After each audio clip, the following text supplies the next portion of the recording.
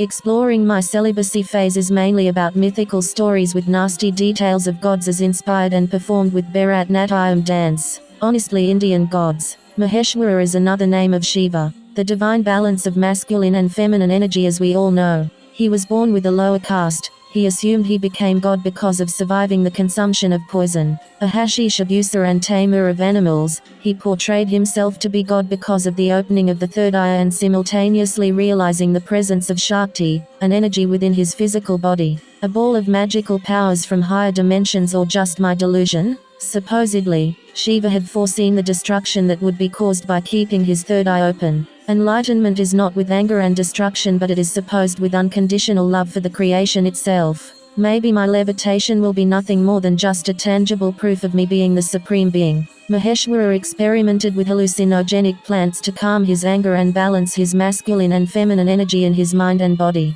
Today, I talk about the imbalance of masculine and feminine energies of our self-centered and ignorant God, which I sometimes call Nataraj. Famously known for his Shiv Tandav in Bharatanatyam dance, Shiv is the one whose beauty is appreciated throughout the three dimensions of heaven, earth and hell. He is the carrier of the river Ganga, and heart of Gauri, famously known as Parvati. Tribhuvan Sundar Jai Gangadhar, Jai Jai Gauri Ke Hriday, Jai Shiv Shankar. And he is still insecure about his identity. You are not enlightened, Shiva. You didn't fly, and neither did opening of your third eye destroy the world. Or did it? I reckon that the world existed way before and will continue to exist long after you're gone. This time I'm most probably setting things straight as I chose to look out for my own creation. No god in the history of mankind has attained wings of enlightenment. Many have attained different levels of siddhis by performing constant sadhana, but I've dreamed of Dadara Siddhi, which means frog-like jumping. My childhood nightmare of giant frogs staring at me from my window also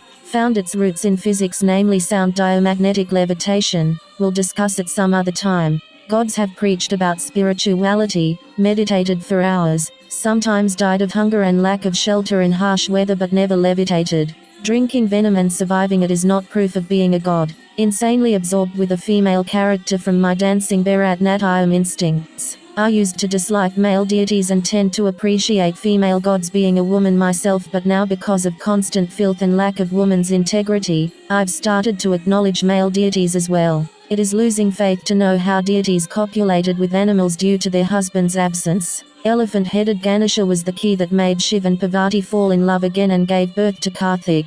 That is when Shiva finally gave up on celibacy after the longest meditation of his life. What does the religious symbol of Om and Lingam depict? How does it talk about the end of an era like the cross of Jesus Christ? Om supposedly means three people involved in doggy style under the open sky with sun and moon, which became the symbol of Om in Hinduism, and Lingam stands for the sacred union of yoni, female genitals, and ling, male genitals. I've proved the opening of the third eye like Shiva and Shakti by channeling mind, body, soul. How Shiva lacked ego dissolution and felt insecure to know the ultimate god might be a woman. Why Shiva comes before Parvati, signifying a man's ego. Otherwise usually feminine comes before masculine, like Mom, Dad, Radha Krishna, Sita Ram. Females are given more emphasis by the law of nature, but Shiva bent that rule by naming himself first. Shiva is more feminine himself, as said in Bharatanatyam. His Shiv Tandav is given more recognition than his masculine sadhana meditation. The third eye is acknowledging the third entity, Shiv, Shakti and Parvati.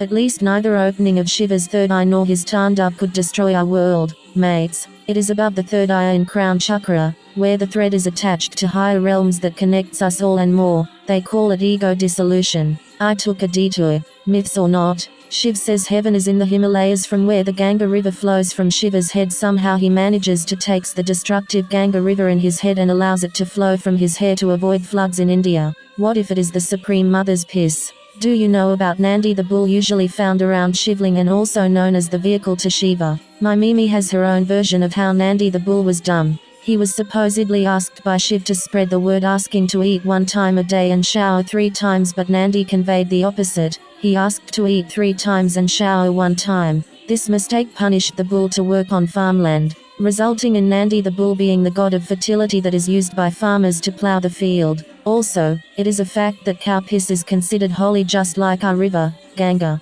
Both are for rinsing, the prime property of water. Bharatanatyam doesn't end here. There's also other evidence found that Parvati and Shiva were boycotted from their father's biggest yajna, which was seemingly attended by all deities. It is assumed Parvati had an intimate relationship with a lustful elephant and Shiva still accepted her as his consort. Supposedly Parvati out of humiliation cut herself into 51 pieces that fell on earth carried by the flying god Vishnu. I am grateful to Shiva for trip-sitting me at my peak, saving bloodshed together and going beyond Shiva Shakti. Maybe it is death, maybe it is bending laws of physics or a new wave of genetic mutation in humans. Fingers crossed for levitation, the tangible proof I rely on. Boom Shiva.